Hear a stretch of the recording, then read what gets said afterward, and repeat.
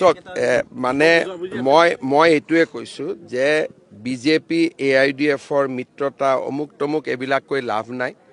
আমি মিয়াক কি কৰি আছোঁ সেইটো মানুহে দেখা পাই আছে।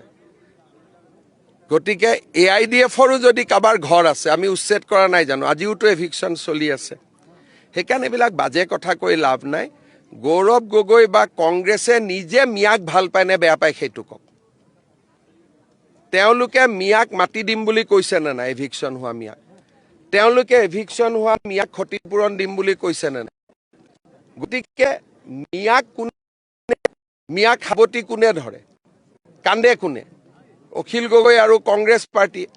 গতিকে আমাক এইবিলাক কথা কৈ লাভ নাই। মানুহে বুজি পায় বিজেপি বহুত আগত ওলাই গ'ল, এতিয়া ধৰিব পৰা অৱস্থাত নাই আৰু।